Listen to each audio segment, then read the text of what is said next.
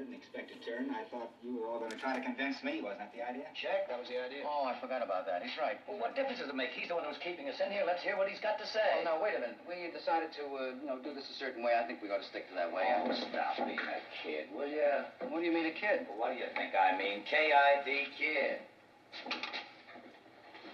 What?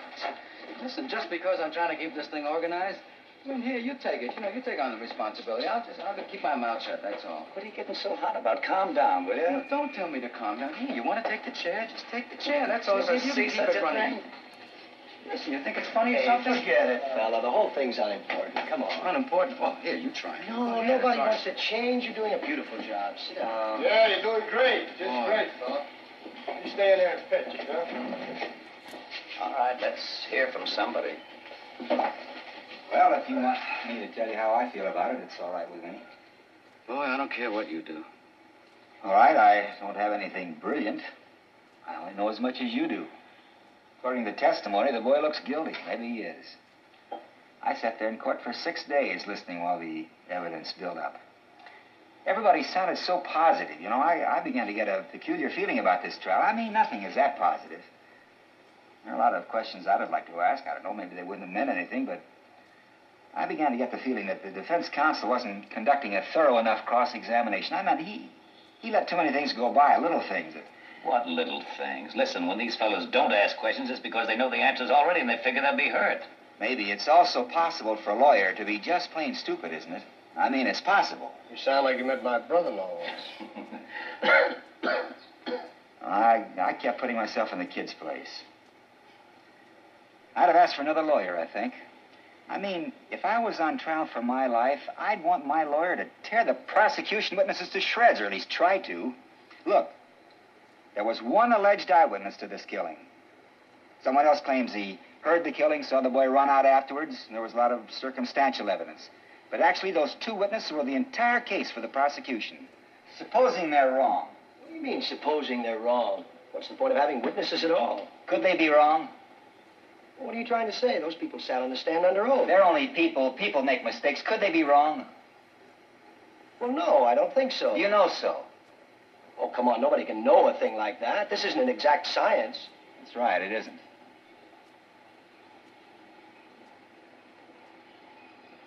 Okay, let's get to the point. What about the switch knife they found in the old man's chest? Wait a minute. There's some people who haven't talked yet. Shouldn't we go in order? They'll get a chance to talk. Be quiet a second, will you? Well, what about it? The knife this fine, upright boy admitted buying the night of the killing. Let's talk about it. All right, let's talk about it. Let's get it in here and look at it. I'd like to see it again, Mr. Foreman. We all saw what it looks like. Why do we have to see it again? The gentleman has a right to see exhibits and evidence. Say, could you bring us the knife? Knife? Yeah, thank you. The knife and the way it was bought is pretty strong evidence, don't you think? I do. Good. Now, suppose we take these facts one at a time. 1, the boy admitted going out of the house at 8 o'clock on the night of the murder after being slapped several times by his father. No, he didn't say slapped. He said punched. There's a difference between a slap and a punch. After being hit several times by his father. 2, he went directly to a neighborhood junk shop where he bought one of those switch knives. Switchblade knives. This wasn't what you'd call an ordinary knife. It had a very unusual carved handle and blade. The storekeeper who sold it to him said it was the only one of its kind he had ever had in stock. 3, he met some friends of his in front of a tavern about 8:45. Am I right so far? Yes, you are. You bet he is. He talked with his friends for about an hour, leaving them at 9:45. During this time, they saw the switch knife. 4, they identified the death weapon in court as that very same knife. 5, he arrived home at about 10 o'clock. Now, this is where the stories offered by the state and the boy begin to diverge slightly.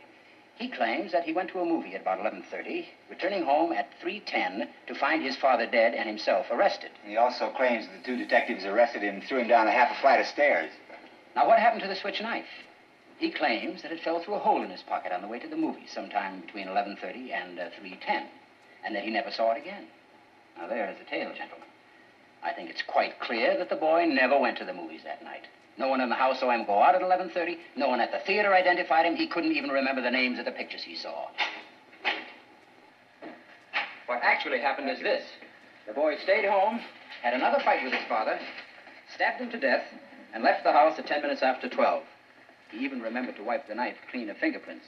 Now, are you trying to tell me that this knife really fell through a hole in the boy's pocket? Someone picked it up off the street, went to the boy's house, and stabbed his father with it just to test its sharpness? No, I'm just saying it's possible the boy lost his knife and that somebody else stabbed his father with a similar knife. It's just possible. Take a look at this knife. It's a very unusual knife. I've never seen one like it. Neither had the storekeeper who sold it to the boy. Aren't you asking us to accept a pretty incredible coincidence? I'm just saying a coincidence is possible. And I say it's not possible.